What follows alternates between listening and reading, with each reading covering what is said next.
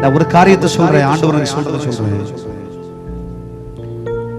உங்க குடும்பத்துல நீங்க எல்லாரும் விடவும் பின்தங்கியவர்கள் தான் இருக்கட்டும்.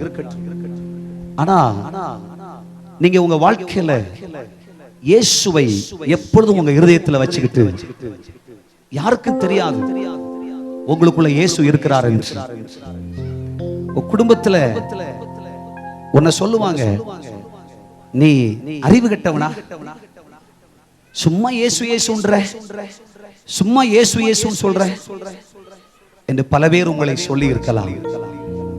உனக்குள் இருக்கிற இயேசு, உனக்குள் இருக்கிற இயேசு, நீ தலைவராய் கொண்டிருக்கிற இயேசு, மேய்ப்பராய் கொண்டிருக்கிற இயேசு, நீ என்னைக்கும் பின்னாக நிற்க தெய்வம் அனுமதிக்க மாட்டார்.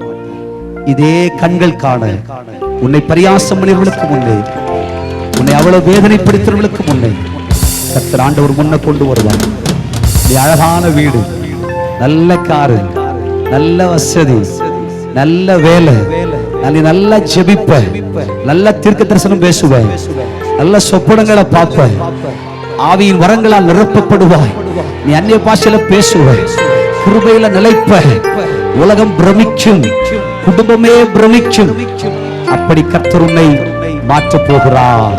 ரெண்டு கையை தூக்குங்க, தீர்க்க தரிசனமா சொல்றேன். அவங்க எல்லாம் 50 வருஷத்துல சம்பாதிச்சதை நீ 50 நாள்ல சம்பாதிச்ச. அவங்களுக்கு 25 வருஷமா வந்த ப்ரமோஷன் கர்த்தர் 25 டேஸ்ல கர்த்தர் உனக்கு கொடுக்க போகிறார். எஸ், ஹல்லேலூயா. கர்த்தர் அதை செய்ய போகிறார். ரெண்டு கையை தூக்கி நம்புவே இயேசுவா, நம்புவே இயேசுவா சொல்லுவோம். அங்கிருப்பா சொல்ல